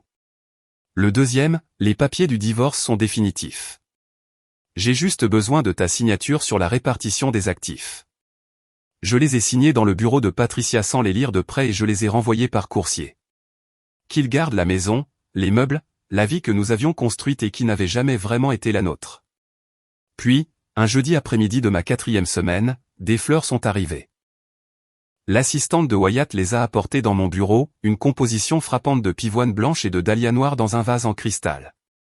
Elles viennent d'arriver pour vous, dit-elle en les posant sur mon bureau. J'ai sorti la carte de sa petite enveloppe, félicitations pour ton suicide professionnel. Je continue de regarder. CB. Mes mains sont devenues froides. J'ai porté les fleurs directement à la salle de pause et je les ai jetées à la poubelle, vase compris. Le verre s'est brisé de façon satisfaisante contre le sac poubelle. Cole était juste amer, me suis-je dit, il se déchaînait simplement parce que je m'étais échappé. Mais mes mains tremblaient encore quand je suis revenu à mon bureau. L'inspecteur de la SEC s'est présenté le mardi suivant. J'étais en pleine réunion de révision budgétaire quand l'assistante de Wyatt a frappé à la porte de la salle de conférence. « Avery, il y a quelqu'un pour vous. » Il dit que c'est urgent. L'homme qui attendait à la réception avait les yeux fatigués et un badge d'identification fédéral accroché à sa ceinture. La quarantaine, un costume bon marché, l'allure de quelqu'un qui a vu trop de mensonges d'entreprise.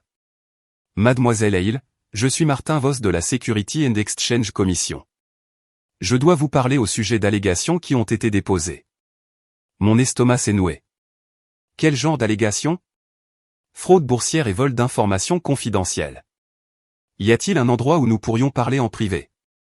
Patricia Strand est arrivée moins de 30 minutes après mon appel, entrant dans la salle de conférence de Meridian dans un costume impeccable, ses lunettes de lecture à la main et son bloc-notes prêt.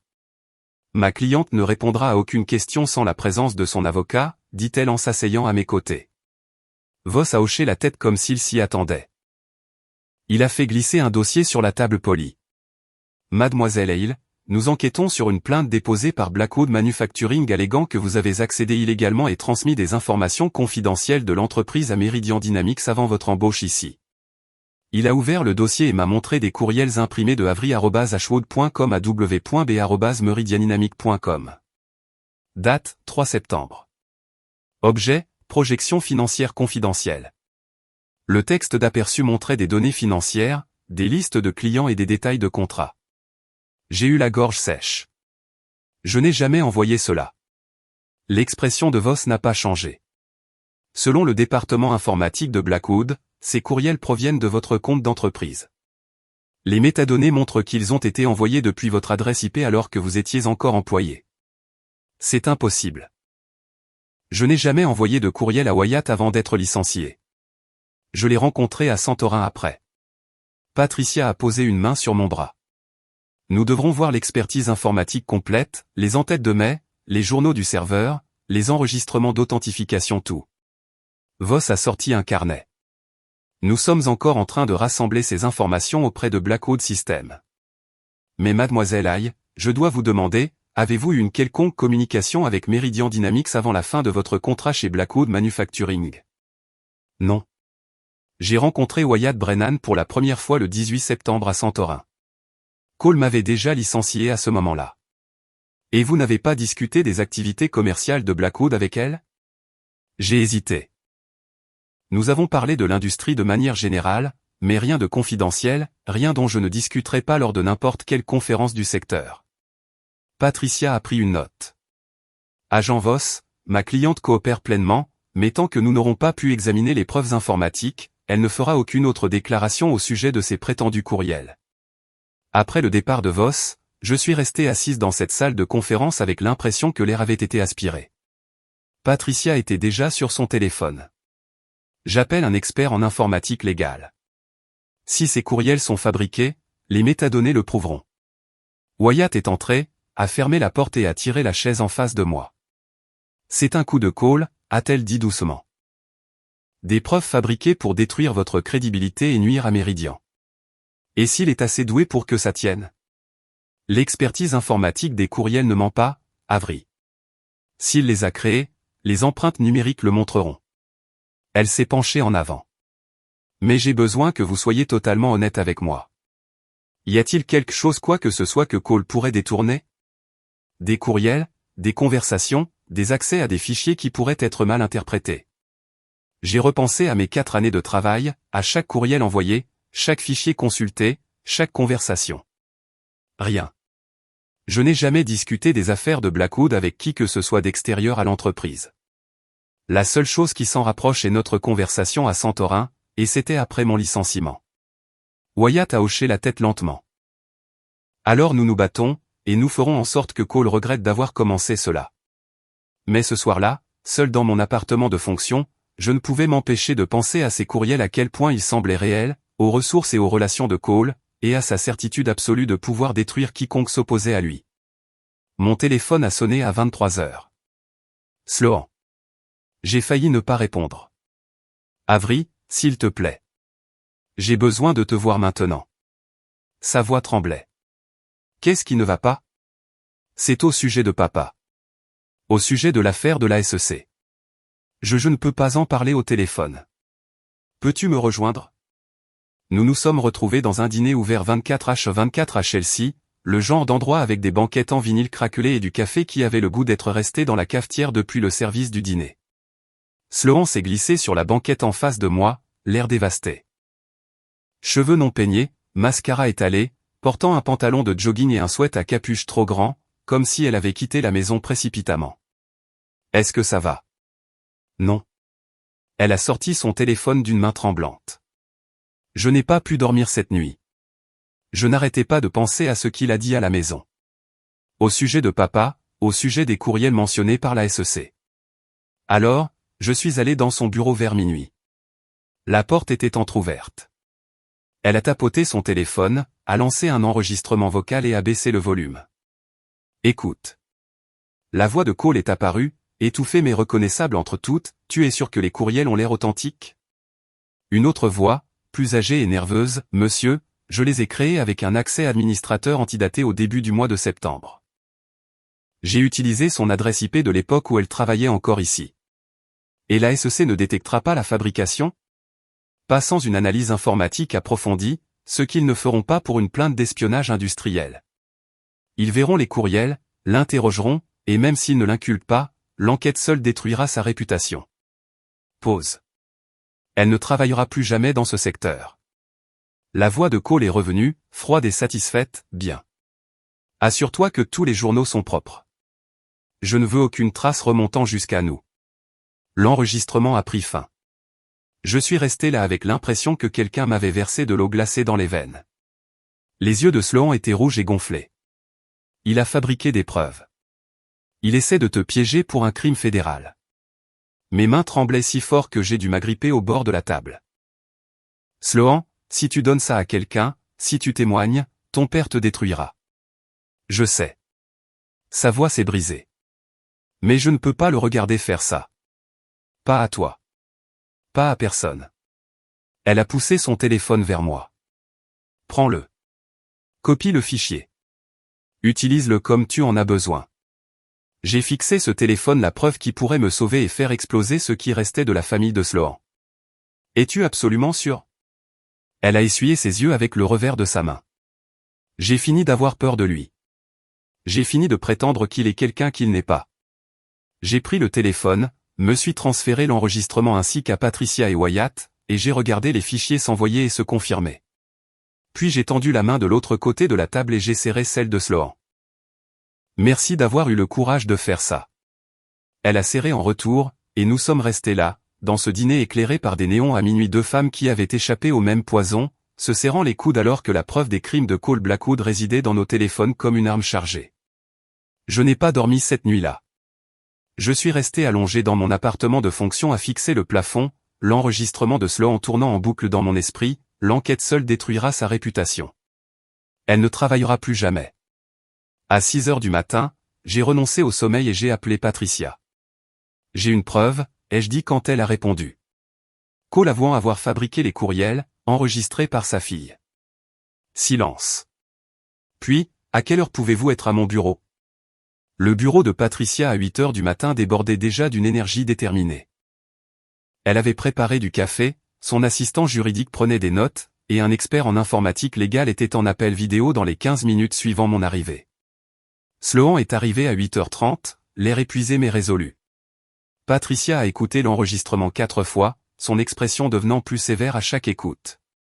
Enfin, elle a posé son téléphone et nous a regardés toutes les deux. C'est une conspiration en vue de commettre une fraude, une obstruction à la justice et une fraude électronique. Tous des crimes fédéraux. Cole Blackwood vient d'avouer avoir fabriqué des preuves dans le cadre d'une enquête active de la SEC. Elle s'est tournée vers Sloan. Vous comprenez ce que cela signifie? Témoigner contre votre père détruira votre relation avec votre famille, peut-être de façon permanente. Les mains de Sloan étaient serrées sur ses genoux, les articulations blanchies. Je suis déjà une étrangère pour eux. Ils ne le savent pas encore. La seule question est de savoir si je fais ce qui est juste ou si je continue à me taire comme je l'ai fait toute ma vie. Patricia a hoché la tête lentement. Alors nous agissons vite, avant que Cole ne réalise ce que nous avons. La semaine suivante fut un tourbillon de documentation et de préparation. J'ai tout rassemblé, 4 ans d'évaluation de performance montrant un travail exemplaire, le courriel de licenciement envoyé pendant mes vacances approuvé, les registres des RH concernant l'augmentation de l'assurance vie datée de 3 semaines après mon succès sur le contrat fournisseur, les affectations d'audit de sécurité avec des dates correspondant à chaque contribution financière majeure que j'avais faite. Patricia a engagé une avocate spécialisée dans la protection des lanceurs d'alerte pour Sloan, une femme nommée Rebecca Torres. Sloan a fait une déclaration formelle, a fait authentifier l'enregistrement par un laboratoire d'informatique légale et a signé une déclaration sous serment sur ce dont elle avait été témoin. Je l'ai regardé faire avec un mélange de gratitude et de culpabilité. Elle réduisait sa famille en cendres pour me sauver. « Es-tu sûr ?» lui ai-je demandé un après-midi dans la salle de conférence de Patricia après qu'elle eut passé 3 heures à être interrogée par Rebecca. Elle m'a regardé avec des yeux rougis mais lucides. Je n'ai jamais été aussi sûr de rien. Ce qu'il t'a fait, ce qu'il prévoyait de faire. C'est mal, et je n'en ferai pas partie. Nous avons tout présenté à la SEC un jeudi matin.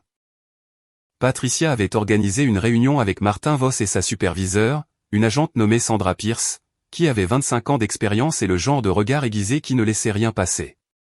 Le bureau de la SEC à New York n'était que point de contrôle de sécurité, mur beige et cette odeur particulière aux bâtiments gouvernementaux. Nous étions assis dans une salle de conférence sans fenêtre, moi, Patricia, Sloan, Rebecca et les 2 agents de la SEC.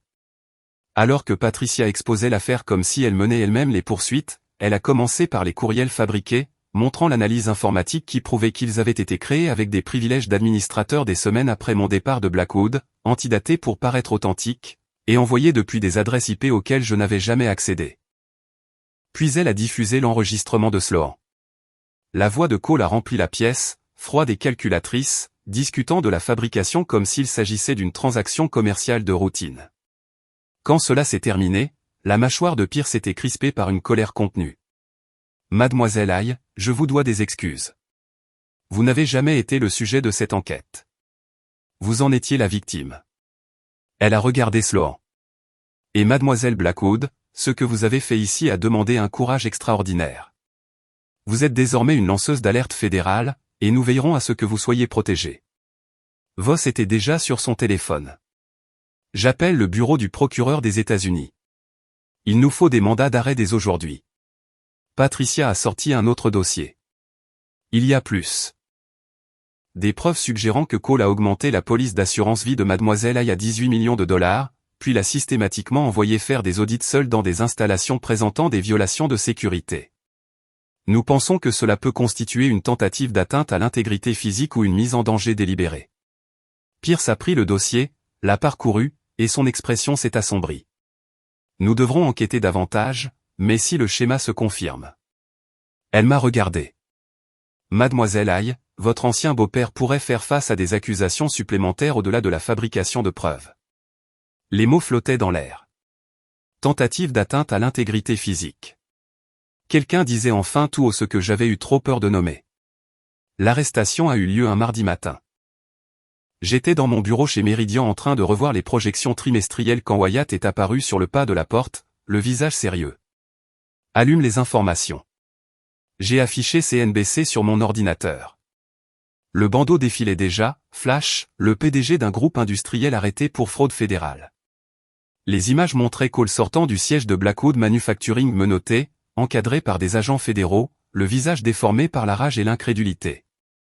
Derrière lui, à travers les parois de verre, je pouvais voir les employés figés à leur bureau regardant leur PDG être emmené. La voix du présentateur commentait, Cole Blackwood, PDG de Blackwood Manufacturing, a été arrêté et inculpé de conspiration en vue de commettre une fraude, d'obstruction à la justice et de fraude électronique. Ces accusations découlent d'allégations selon lesquelles Blackwood aurait fabriqué des preuves dans une enquête de la SEC visant une ancienne employée. S'il est reconnu coupable de tous les chefs d'accusation, il risque jusqu'à 20 ans de prison fédérale.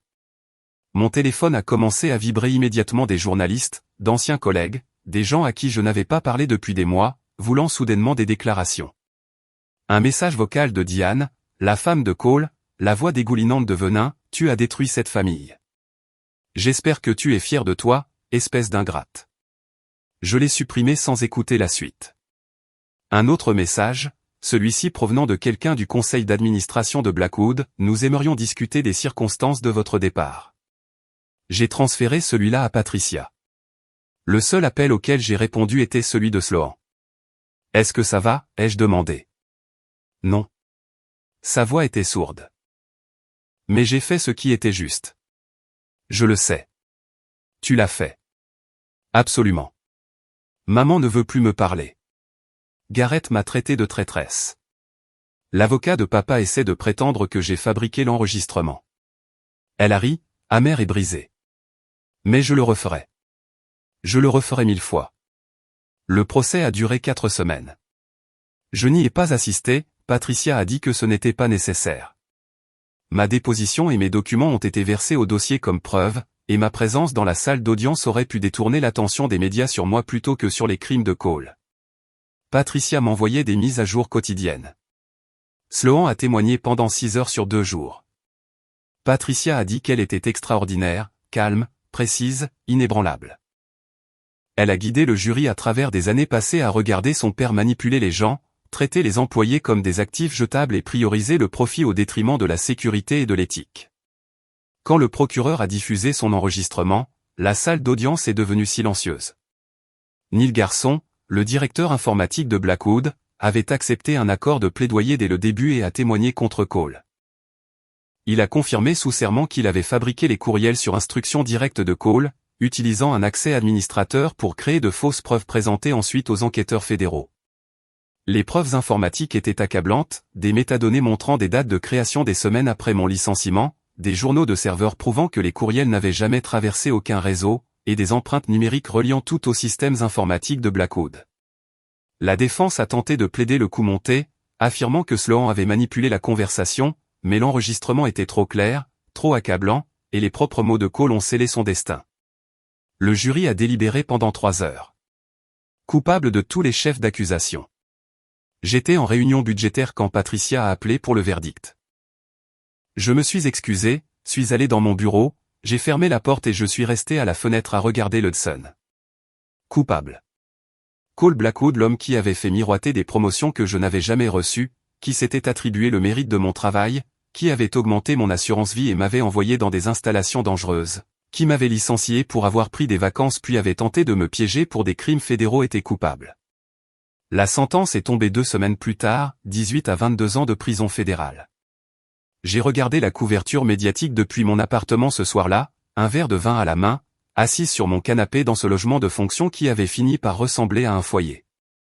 Le journaliste se tenait devant le tribunal, Cole Blackwood, autrefois un titan de l'industrie manufacturière, passera près de 2 décennies dans une prison fédérale.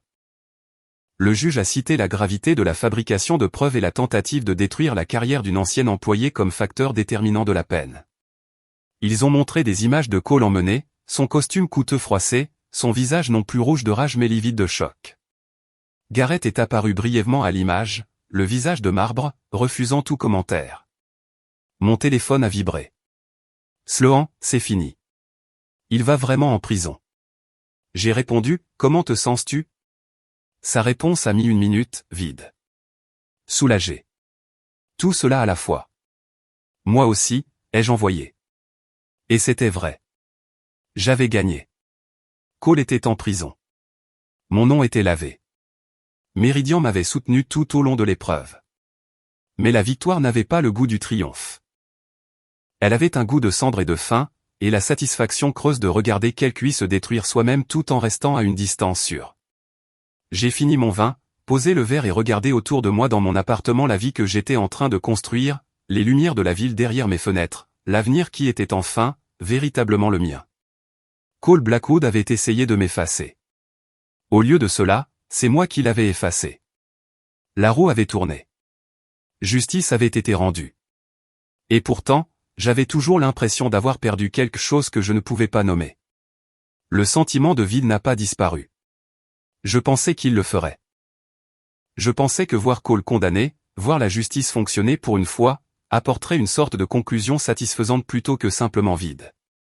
Mais 3 semaines après la sentence, je continuais à fonctionner par automatisme, de longues journées de travail chez Meridian, rentrer à pied le long de l'Hudson, manger des plats à emporter dans mon appartement de fonction pendant que la ville scintillait à l'extérieur comme une promesse que j'avais oublié comment croire.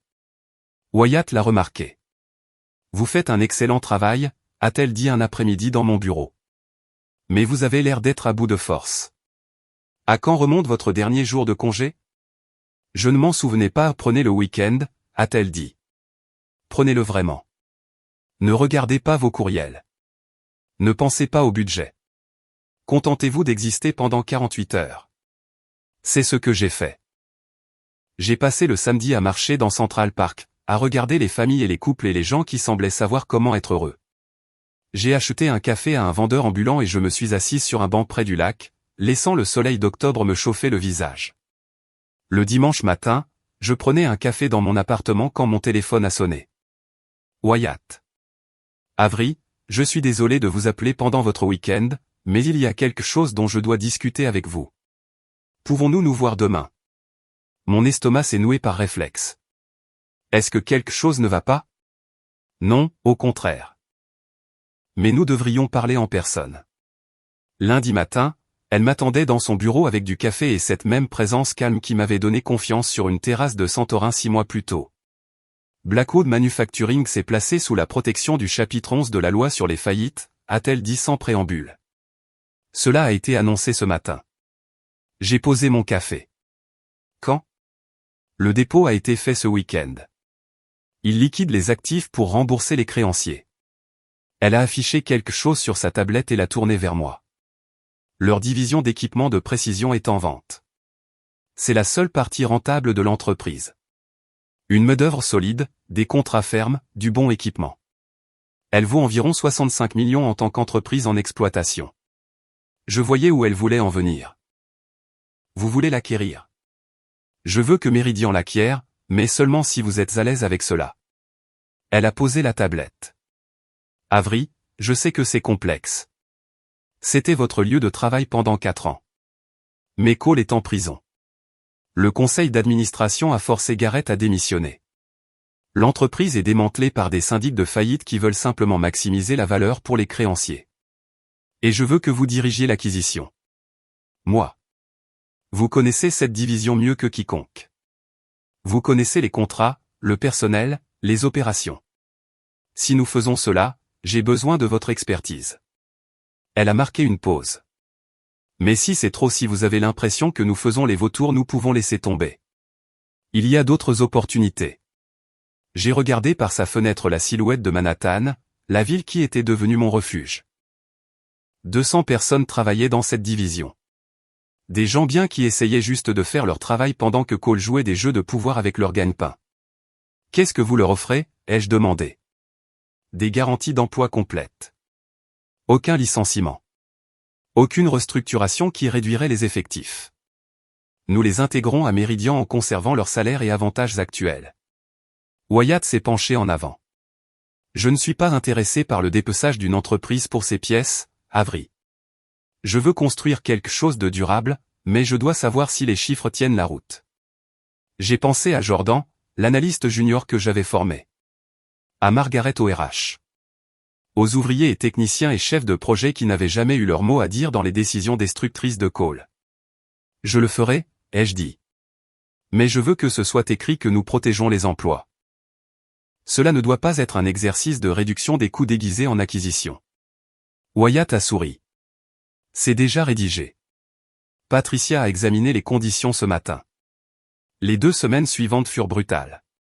J'ai dirigé l'équipe d'audit préalable, analyste financier, spécialiste des opérations, conseiller juridique à travers chaque aspect de la division d'équipement de précision de Blackwood.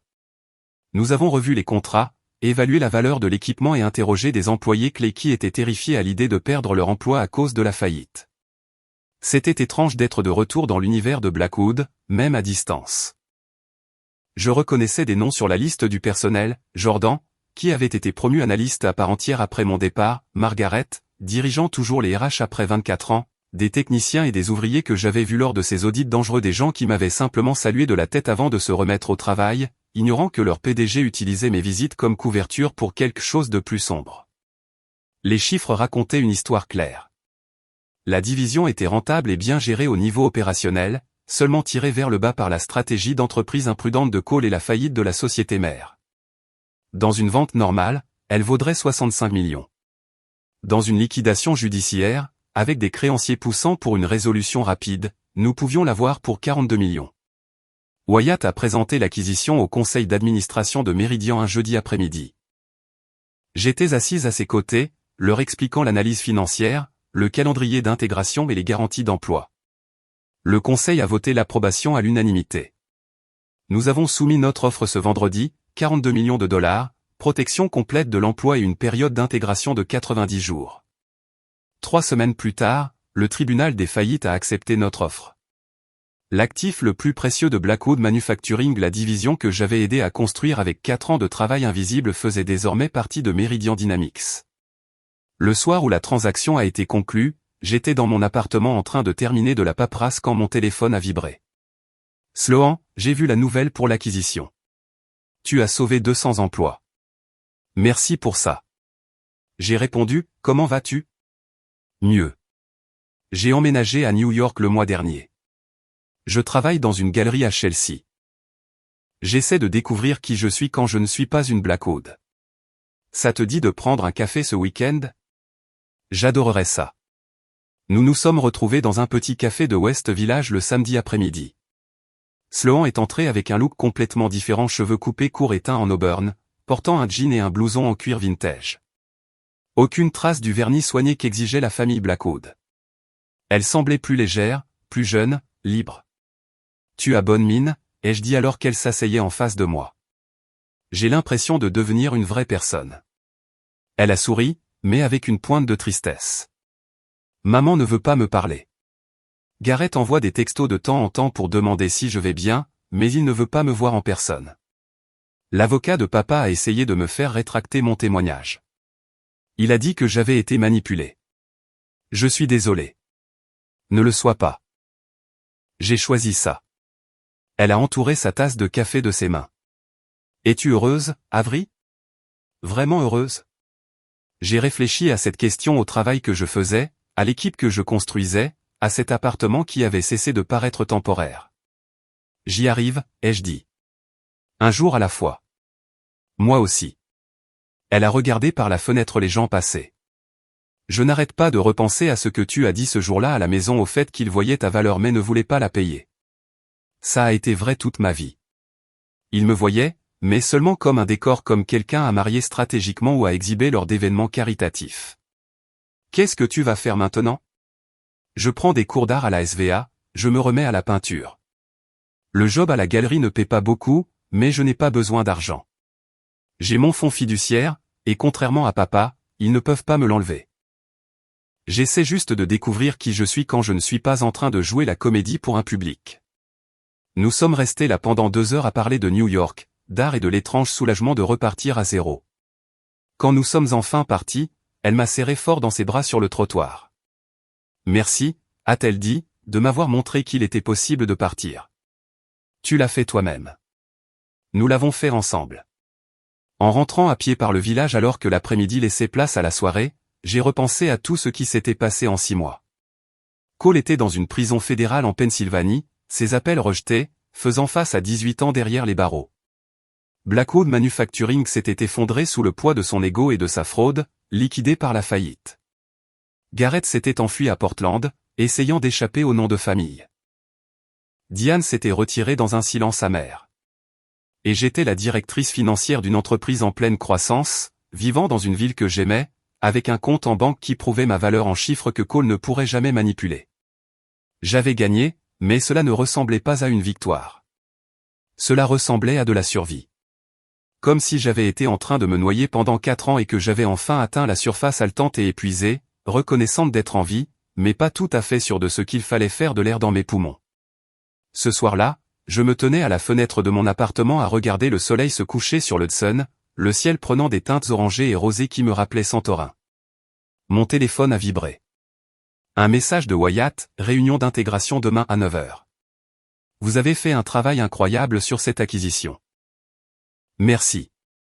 J'ai souri et j'ai répondu, merci de croire en moi. Sa réponse est arrivée rapidement, vous rendez cela facile. J'ai posé mon téléphone et j'ai regardé autour de moi dans mon appartement les meubles que j'avais choisis, les livres sur l'étagère, la vie que je construisais et qui n'appartenait qu'à moi. Cole Blackwood avait essayé de m'effacer. Il m'avait licencié, piégé, peut-être même essayé de me tuer, et à la place, j'avais survécu, construit quelque chose de mieux et transformé ses armes en armure. J'ai pensé à la vengeance, à ce que l'on est censé ressentir quand le méchant tombe enfin. Les films présentent cela comme quelque chose de triomphant et satisfaisant, mais la vraie vengeance est plus désordonnée. C'est regarder quelqu'un se détruire alors que vous vous tenez à une distance sûre. C'est gagner tout en ressentant encore le poids de tout ce que vous avez perdu en chemin. C'est construire une nouvelle vie et réaliser que l'ancienne a laissé des cicatrices qui ne disparaissent pas simplement parce que justice a été rendue. Mais en me tenant là, dans mon appartement, avec les lumières de la ville commençant à briller et l'air du soir se rafraîchissant par ma fenêtre ouverte, j'ai réalisé autre chose. La meilleure vengeance n'est pas la destruction, c'est de construire quelque chose de mieux sur les cendres. C'est de s'en aller libre. Et c'est de se réveiller chaque matin et de se choisir soi-même plutôt que les gens qui ont essayé de vous rabaisser. Cole avait voulu que je disparaisse. Au lieu de cela, je l'ai rendu insignifiant. Et cela, enfin lentement, douloureusement commençait à me suffire. Cette histoire de justice stratégique vous a tenu en haleine? Cliquez sur le bouton j'aime dès maintenant. Mon moment préféré a été celui où Sloan a diffusé cet enregistrement, exposant les crimes de Cole avec sa propre voix. Quel a été votre moment préféré? Dites-le nous dans les commentaires ci-dessous. Ne manquez pas d'autres histoires puissantes comme celle-ci, abonnez-vous et activez la cloche de notification pour ne rater aucune mise en ligne.